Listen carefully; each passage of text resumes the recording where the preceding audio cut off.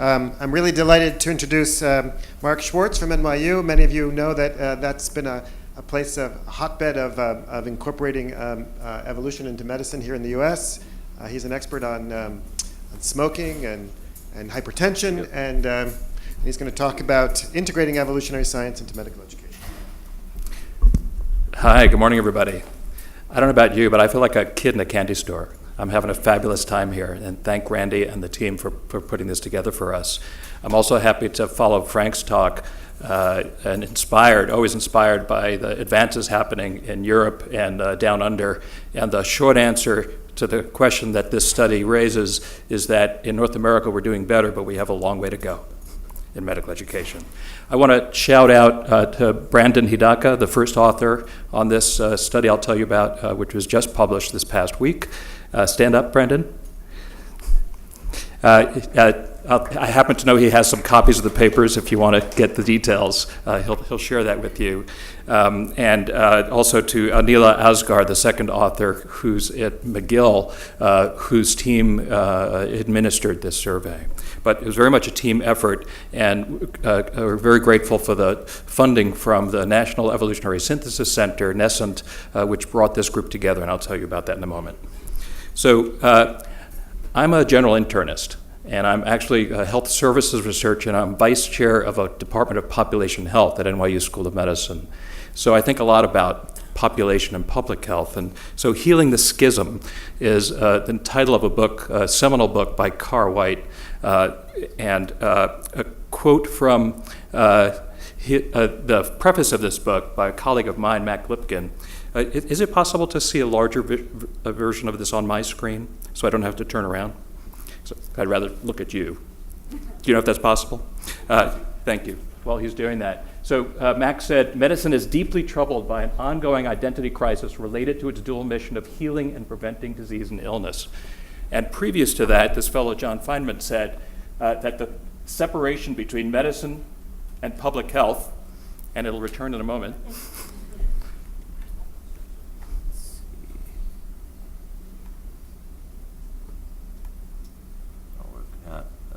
okay, thanks for trying. No problem. Is responsible for staggering shortfalls in advances in population health. So, sound familiar? We clearly have a schism between medicine and evolutionary science that has been echoed in other talks here. I'm not going to belabor the point, but it dates back over 100 years ago when the revolution in medical education brought about by Abraham Flexer's report, which led to the scientification, if you will, of medical education, which left evolutionary science behind for a variety of reasons that I'm not going to go into, and many of you know the history of that better than I do. But the fact is that medical schools have taken off, particularly in the second half of the 20th century with the increased funding for biomedical research through the NIH, which has grown dramatically. And evolutionary science finds itself often falling between the gaps between funding through NSF and the NIH.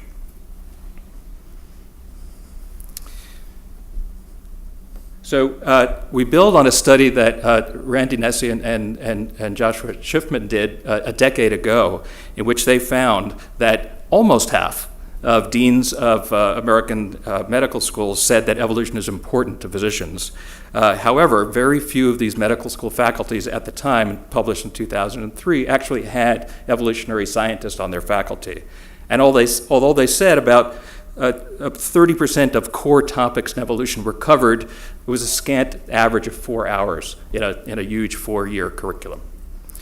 So fast forward 10 years later, this group funded by NESCent that I had the delightful chance to coordinate with Peter Ellison, our effort was to come up with strategies to infuse evolutionary thinking, evolutionary science into medical education.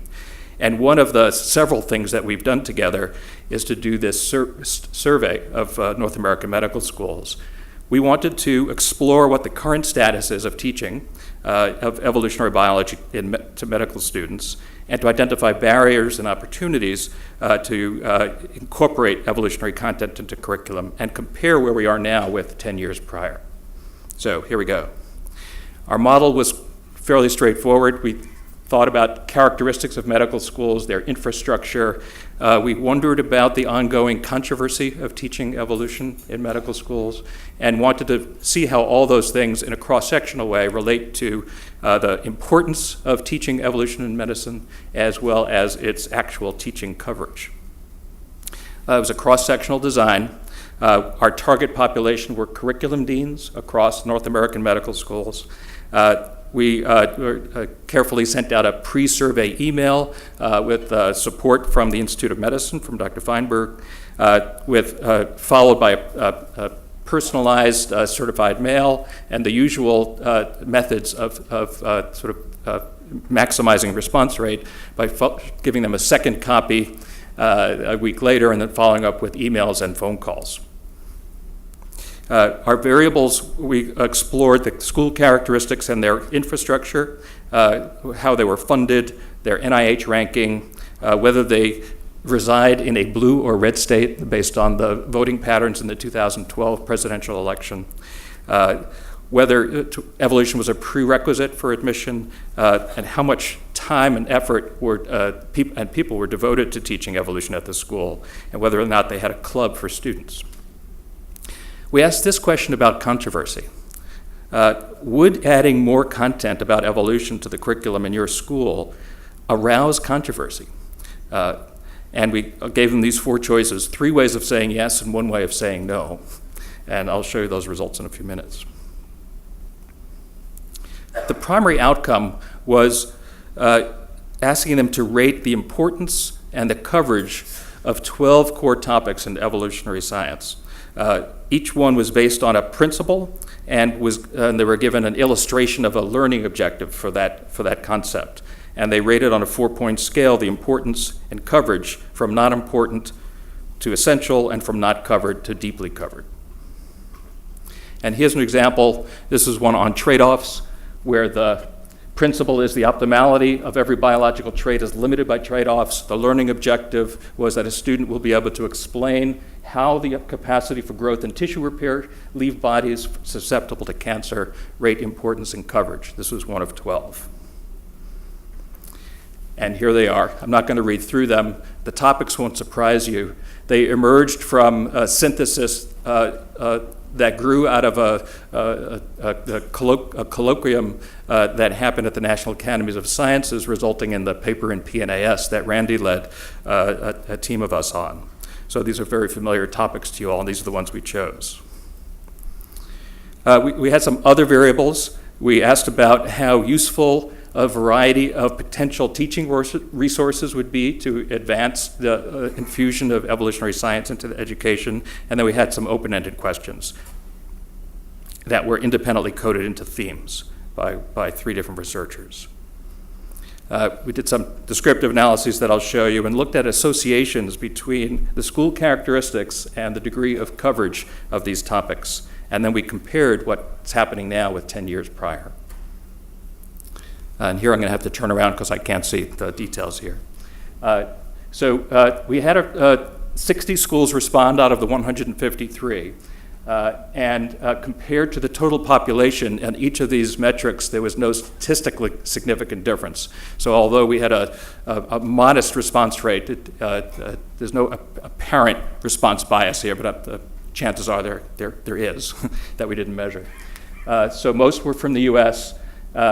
Most were in states that went Democratic in the presidential election. Most were publicly funded, and a quarter were in the top quarter of the NIH ranking. So when we asked about the controversy about adding evolutionary content, what we saw was 52% said no, no problem at all. But almost the other half, 48%, said some version of yes. The larger group, 23%, said yes, but it wouldn't be a problem. 15% said yes, it might pose problems, but it won't influence us. And 10% acknowledged that, in fact, the potential for controversy is a problem and it would influence our decision making. This slide shows the proportion of people who said that They had faculty with a PhD in evolutionary biology, and the median was 0 with a interquartile range of 0 to 2. You can see that about 49% of schools had at least one faculty member. So lots of room for growth here. And how about time devoted for teaching evolution across these schools? Well, this is the proportion saying that they have 0 through 40 hours of classroom time devoted to teaching evolutionary topics and to applying evolutionary principles to specific medical problems. The median here is 6 hours, ranging 4 to 16 for the IQR. So we've grown a bit over 10 years, perhaps, but still a ways to go. There's a lot here on this slide. This represents the 12 core topics that I showed you before, and it shows the proportion of schools that say in blue bars that it's important, that it's at least moderately important or essential, and the red bars showing the proportion that said that we have moderate or in-depth coverage at our medical school on each of these. And the mean overall was about 65% importance, a mean coverage about 28% across these 12, and these were highly correlated. And you can see that the most important and commonly covered topics were things like antibiotic resistance, mismatch, somatic selection, and trade-offs, with those at the tail end being perceived as less important and less likely to be covered, things like sexual selection, hygiene hypothesis, and the notion of proximate versus evolutionary explanations for illness vulnerability. So in looking at associations, we found that coverage was associated with how many hours they devote to. So the ratings on coverage were consistent with what they said was in terms of the numbers of hours teaching, the number of faculty that are doing research in evolutionary science, the number doing, and having a medical student club was also associated with greater coverage. There was no association in coverage with any of these other characteristics of the medical school. Country, region, public versus private, NIH ranking, priority of research, political leaning of the state, and whether or not there was controversy in adding evolution. So in response to the question about these dozen or so opportunities for educational resources for expanding teaching for evolution, here's how the dean's offices rated these.